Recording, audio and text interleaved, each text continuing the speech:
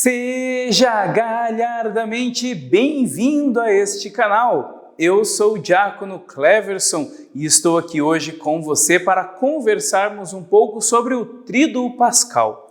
No último vídeo já falamos sobre a vivência da Semana Pascal, da Semana Santa, esta semana que nos prepara para adentrarmos no mistério pascal do Senhor.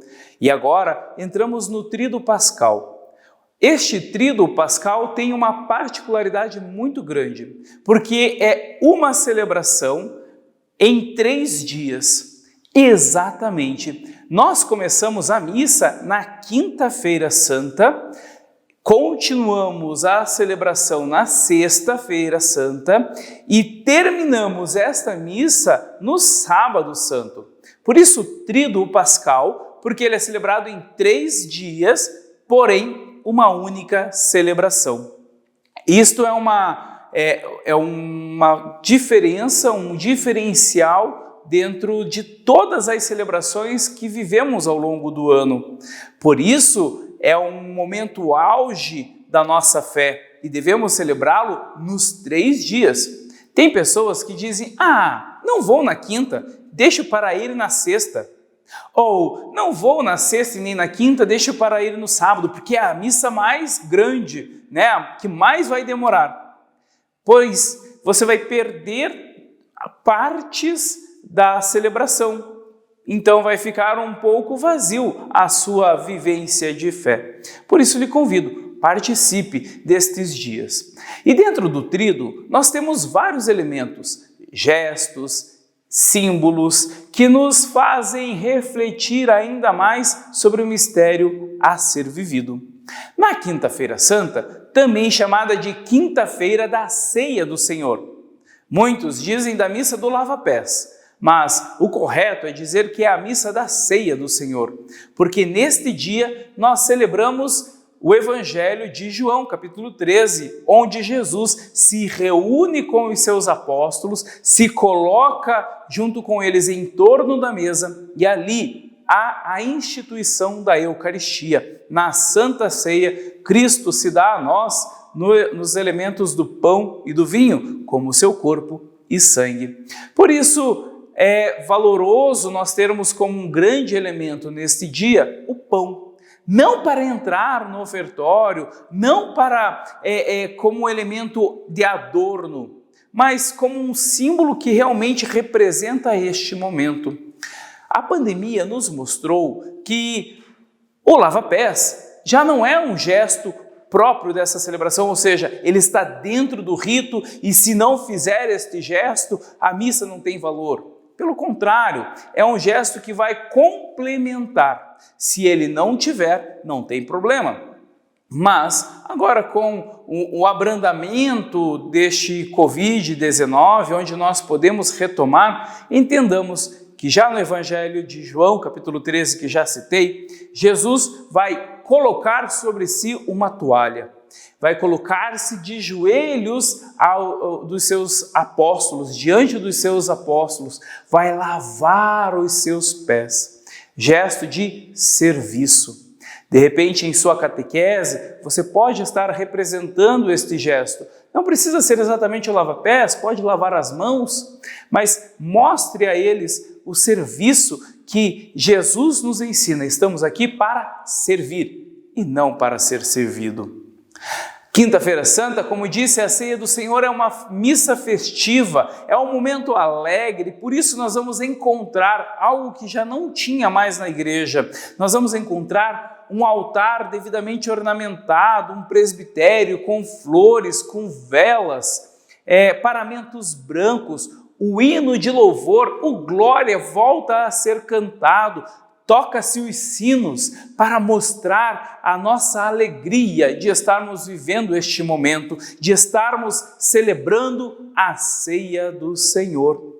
Porém, após a missa, quando estivermos ali após a comunhão, nós temos alguns gestos que são diferenciados. Primeiro, que o padre não vai encerrar com bênção final, porque lembra, a missa tem continuidade. Segunda coisa, o padre vai transladar o Santíssimo Sacramento, vai tirar Jesus do sacrário e vai levá-lo para um sacrário que a gente chama de sacrário da reposição. Este sacrário pode estar dentro do templo, mas em outro local, ou fora do templo, numa capela propriamente preparada para este momento. Coloca-se o Santíssimo. Qual é o sentido? Jesus foi preso. Logo após a ceia, Jesus está com os seus discípulos e ele é preso. E tiram-nos Jesus de nós e prendem Jesus em outro lugar. Por isso, neste momento, a partir deste momento, nós não temos adoração, mas nós temos vigília. Nós não colocamos ali hora santa, onde a gente tem que colocar textos e elementos e cantos e louvores, mas permanecemos na igreja vigilantes com o Cristo que está preso. Por isto, cuidado com algumas coisas, com alguns preparos que a gente tem para estes momentos, ok?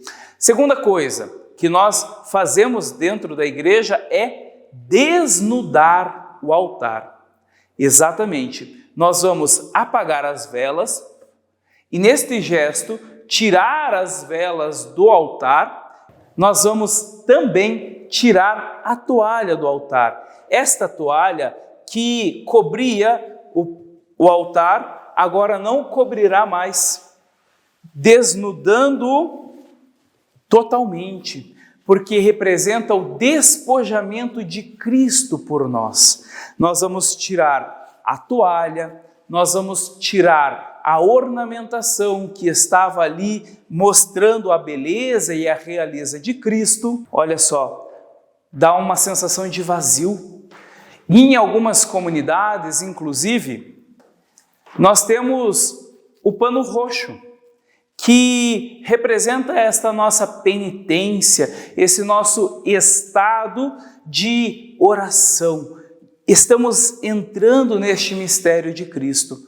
Há na sua comunidade, provavelmente, alguma imagem.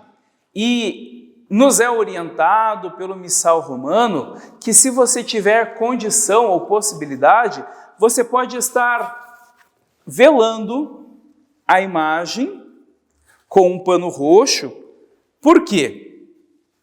Para que os nossos olhos estejam fixos no mistério que será celebrado. Que as imagens não possam nos atrapalhar neste processo de oração. E também nos mostra que velando as imagens, tira-se todas as centralidades do próprio Cristo, dá este ar de vazio. Assim nos mostra a Quinta-feira Santa. E a partir daqui, nós entramos no silêncio para a Sexta-feira Santa.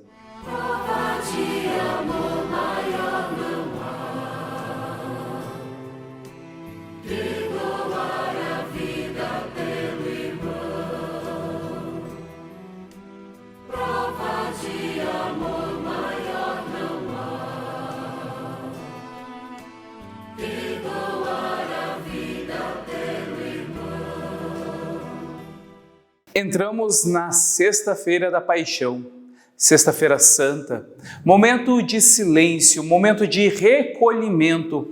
A igreja vai nos pedir que pratiquemos o jejum, a penitência, a abstinência de alimentos, para que possamos nos unir ao sofrimento de Cristo. O nosso sofrimento possa também aliviar o sofrimento de tantos irmãos e irmãs. Iniciamos a celebração da Paixão em silêncio. Percebam que não há canto, porque a procissão de entrada é aquele momento mais sublime, silencioso, onde os anjos cantam. Cantam o quê? O momento da entrega do Senhor. Geralmente, nas comunidades, a celebração da Paixão é às 15 horas. Às 15 é o momento auge da entrega do Senhor por nós. Segundo os evangelhos, é o momento em que Cristo deu o seu último suspiro e entregou a vida por nós. Por isso, celebramos às 15 horas, a hora da misericórdia. Encontramos um altar desnudado, como já falamos na quinta-feira, e também como símbolo maior nós temos a cruz. Porque não adoramos Cristo nas espécies do pão e do vinho. É um dia em que adoramos Cristo presente e pendente na cruz. Essa celebração, que também dentro dela vamos ter a narrativa da paixão do Senhor, é um evangelho longo para muitos. Nossa, que evangelho mais comprido! Sim, mas é porque ele vai nos trazer todos os elementos, desde o momento da prisão de Cristo, passando por todos os seus momentos de dificuldade, por todos os relatos da sua paixão, até chegarmos na entrega de Jesus na cruz. Mais uma vez, ao morrer, nós nos colocamos de joelhos, também em silêncio, para valorizar, rezar e vivenciar este momento tão sublime de amor de Deus por nós.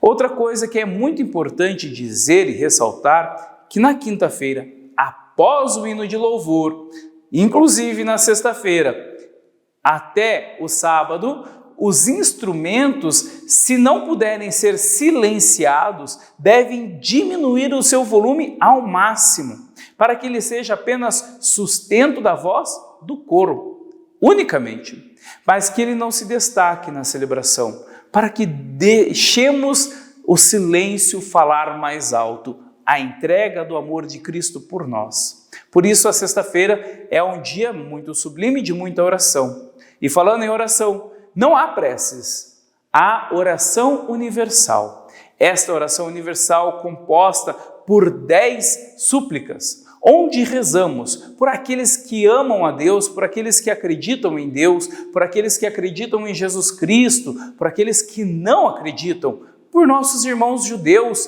pelos catecúmenos, pela igreja, pelos governantes e, a pedido do Santo Padre, temos rezado também pelo fim da pandemia. Então são súplicas universais, súplicas de toda a igreja.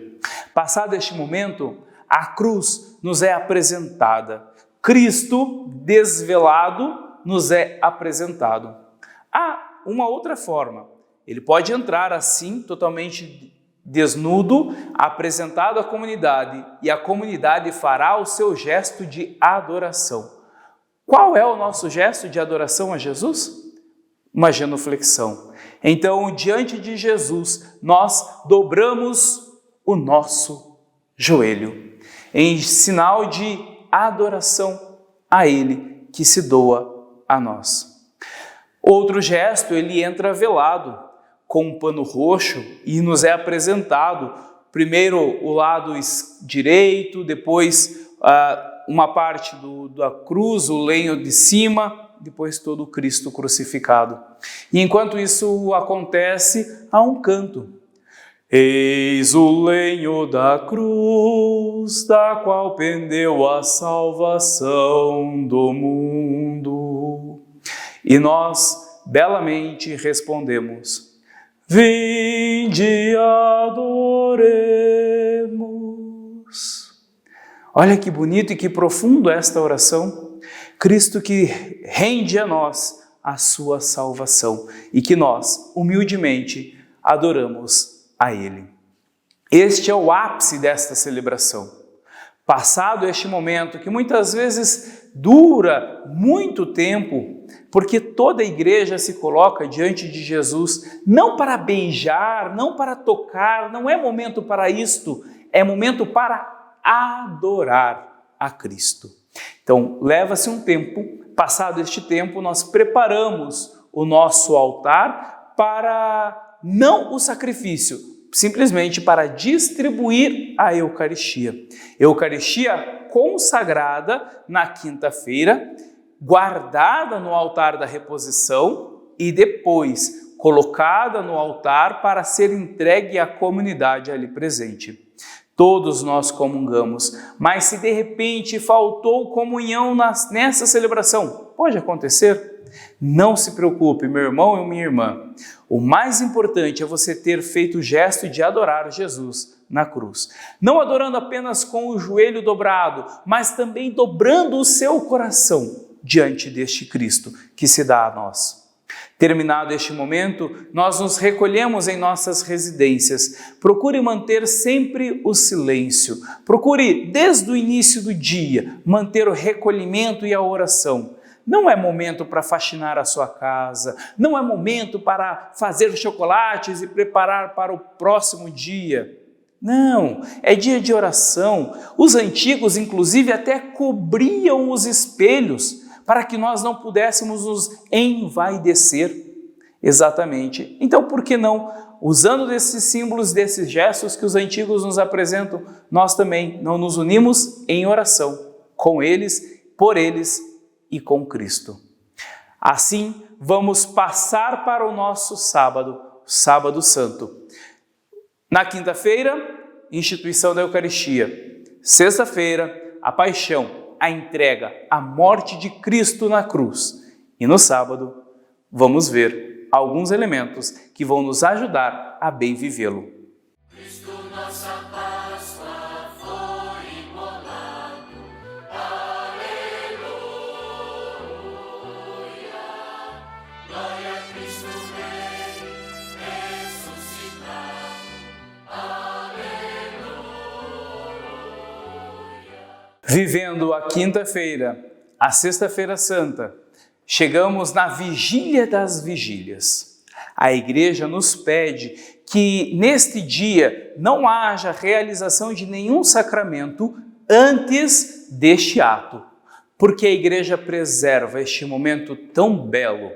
Como disse, reproduzindo as palavras de Santo Agostinho, esta é a vigília das vigílias, a mãe de todas as vigílias, porque nela há muitos elementos que vão levar-nos para a nossa vivência enquanto cristãos, inclusive catecumenal. Ela é catecumenal, ela é catequética, ela é simbólica, ela é rica em todos os sentidos. Esta celebração nós iniciamos geralmente fora da igreja, no escuro. No meio de tudo, uma fogueira. Essa fogueira representa a luz. Por isso, o padre vai abençoar o fogo novo. Por isso, essa fogueira deve ser nova. Abençoa-se o fogo novo. E deste fogo novo, o padre vai acender um outro símbolo, o círio pascal. O círio pascal representa Cristo, luz do mundo, que está em nosso meio e que veio para dissipar as trevas do pecado que estão em nós. Percebam que o círio pascal, ele tem alguns elementos. Alfa, ômega, que quer dizer princípio e fim. Nele também estão marcados o ano que iremos viver. Neste caso, 2022, para dizer que Cristo, apesar de ser o princípio e o fim de tudo, está no nosso tempo, caminha conosco neste tempo cronológico. Como também já nos foi apresentado quando falamos do ano litúrgico com o Padre Gilson, você pode estar revendo depois esta aula.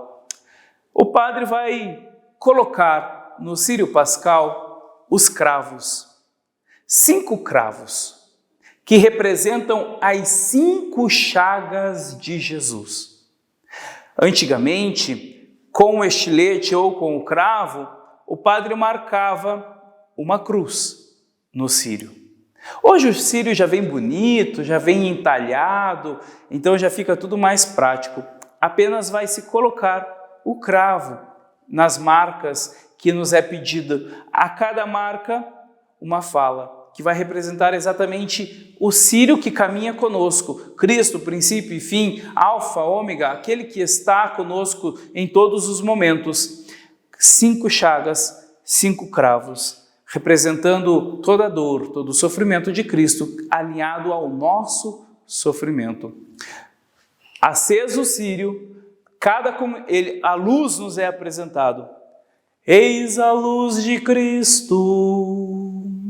E aí nós após este gesto, o padre vai acender a luz, caminhamos até a porta da igreja e na porta da igreja, novamente, esta luz nos é apresentada. Eis a luz de Cristo. Toda a comunidade acende a sua vela na vela do círio. Não é momento para pegar o seu fósforo e antecipar o momento. Eu vou já agilizar aqui e vou acender. Não! A nossa luz, a luz que brilha em nosso coração, provém da luz de Cristo. É esta representação, é isso que nós queremos. Então, buscar esta luz de Cristo. Poxa, diácono, mas nem todos conseguem chegar no círio. É verdade, mas aí está a nossa catequese. Porque todos nós bebemos do Cristo, desta fonte, e transmitimos aos nossos. Neste gesto de buscar a luz de Cristo, com a luz dele, eu transmito essa mesma luz ao meu irmão, que começa a se iluminar. Toda a igreja vai ganhando luz. Nós vamos entrando na igreja e dissipando as trevas com a luz de Cristo. Pela terceira vez, este círio vai entrando lá na frente, vai nos apresentar: eis a luz de Cristo. Cristo que nos é apresentado como luz, luz que dissipa as trevas, luz que entra em nossa vida. É colocado no pedestal, fica ali iluminando toda a celebração. Se em sua comunidade tem mais do que um círio, porque de repente temos outras comunidades, este círio pode ser preparado antes, mas ele deve continuar aceso durante toda a celebração da Vigília Pascal. Porque o círio pascal não é preparado ou confeccionado apenas com os gestos, mas ele termina de ser confeccionado com a bênção final na missa. Exatamente, ele precisa se manter aceso durante toda a celebração. Então, o círio que fica flamejante durante todo este momento. Nós temos, a partir de agora, o canto do precônio, Exultat, ou a história pascal. Neste momento, nós incensamos o círio, luz de Cristo, também o missal, que compõe o precônio pascal. Este precônio é revelação de Deus a nós, porque nele está todo o princípio histórico cristão, desde a passagem do povo ao Mar Vermelho, a pé enxuto, até chegarmos nesta coluna luminosa que a abelha de cera generosa nos concedeu. Ela ilumina a todos nós. E a partir daqui, cantando e iluminados por ele, nós entramos para as leituras. Um detalhe, antes de cantarmos, a partir do momento em que o padre coloca o círio pascal, as luzes da igreja já podem ser acesas. Não precisa acender todas, mas já podem acender, porque representa que Cristo, luz, está presente em nosso meio. E as velas, após o canto do precônio, já podem ser apagadas. Nós sentamos para as leituras. São várias as leituras que passam desde a criação do mundo até o Mar Vermelho, passagem a pé enxuto, passagem pelos profetas e chegamos na carta de São Paulo aos Romanos. Elementos que nos colocam nesta caminhada, primeiro junto com o povo de Deus do Antigo Testamento, até chegarmos neste novo povo de Deus, que está marcado pelo Novo Testamento. Nós cantamos o Glória, nós louvamos a Deus, nós, inclusive, vamos acender a vela. Aqui eu vou acender do fósforo, mas digo para você, a acender esta vela deve vir do fogo que procede do círio pascal. A vela ilumina o altar, que é o altar, a pedra do sacrifício. Sacrifício esse que já veio, vivemos na sexta-feira. Ilumina o altar, ilumina a igreja. Momento mais sublime, momento mais belo, porque a partir de agora os instrumentos podem voltar a tocar, nós podemos cantar com mais alegria. E depois da carta de São Paulo, nós vamos ter um salmo aleluiático, onde a gente louva a Deus e aclama ao evangelho que será proclamado, evangelho da ressurreição do Senhor. Olha quantos elementos belos. Detalhe, o altar já está preparado, já está ornamentado, mas ainda falta um elemento belo, que era, neste caso do Glória, o acendimento das velas, a nossa vivência, a nossa alegria. A partir de agora estamos preparados para a ressurreição do Senhor. Após a homilia, há um outro gesto. O padre vai abençoar a água do batismo, pois muitos irmãos podem estar recebendo o batismo neste momento, nesta celebração, ou irão receber no dia seguinte, no domingo da Páscoa. Esta água representa a pureza. O que denota a água? Senão a beleza, a pureza, a purificação da nossa vida. Por isso, abençoamos a água e somos aspergidos por esta água. A aspersão com a água representa o nosso batismo. Por isso, antes renovamos as promessas batismais. Este batismo que temos que viver todos os dias. Não é apenas naquele momento ou apenas nessa celebração, mas devemos lembrar-nos sempre do nosso batismo. Ao recebermos a aspersão, nos ligamos também a Cristo, que do seu coração brotou sangue e água. Água que purifica, água que nos imerge nesta igreja tão amorosa. Por isso é abençoada a água, com esta água somos aspergidos. Olha quantos elementos. Há um outro elemento, a Eucaristia. O ponto alto desta celebração. O padre vai consagrar partículas novas, o Cristo que se faz novo a nós.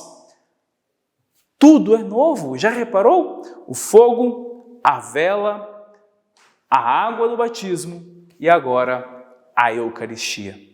Para que nós, embebidos de toda esta novidade, possamos nascer filhos novos para o Senhor, que Ele possa nos fazer novos homens, novas mulheres, a partir da sua ressurreição. E o último gesto, que é a bênção final. E encerramos este tríduo pascal. Estamos prontos para viver a Páscoa do Senhor no domingo. Exatamente! Não deixe de viver a Páscoa. Às vezes a gente pensa, já passei pelo tríduo pascal, por aquela grande missa que foi a do sábado, mas cansado não quer levantar-se no domingo. Poxa vida, mas Cristo ressuscitou no domingo, por isso nós devemos juntos rezarmos, juntos louvarmos ao Senhor. Para encerrar este nosso momento, eu quero trazer aqui uma pequena homilia de São Gregório de Nazianzo, que vai nos ensinar um pouco sobre este tríduo pascal. Assim diz o santo: se és Simão Cirineu, toma a cruz e segue a Cristo. Se, qual ladrão, estás crucificado com Cristo, como homem íntegro, reconhece a Deus. Adora aquele que foi crucificado por tua causa. Se és José de Arimateia, pede o corpo a quem o mandou crucificar, e assim será tua a vítima que expiou o pecado do mundo.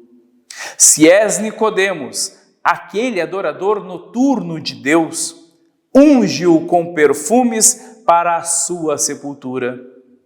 Se és Maria, ou a outra Maria, ou Salomé, ou Joana, derrama tuas lágrimas por ele. Levanta-te de manhã cedo, procura ser o primeiro a ver a pedra do túmulo afastada e a encontrar talvez os anjos, ou melhor ainda, o próprio Jesus. Que o Cristo ressuscitado possa acompanhar-nos e nos ajudar a bem celebrar a sua Páscoa. Que Deus lhe abençoe.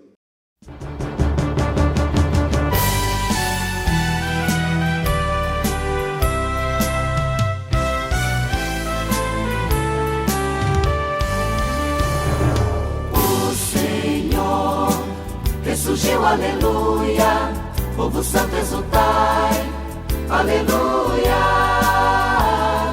O Senhor ressurgiu, aleluia, povo santo exultai, aleluia. E se você gostou deste vídeo, não esqueça de deixar o seu like e o seu comentário. Compartilhe com seus amigos também. E se você ainda não é inscrito no nosso canal, corre lá, se inscreva. E não esqueça de ativar o sininho de notificações, para que todas as vezes que nós postarmos alguma novidade, você seja avisado. Um abraço e até mais!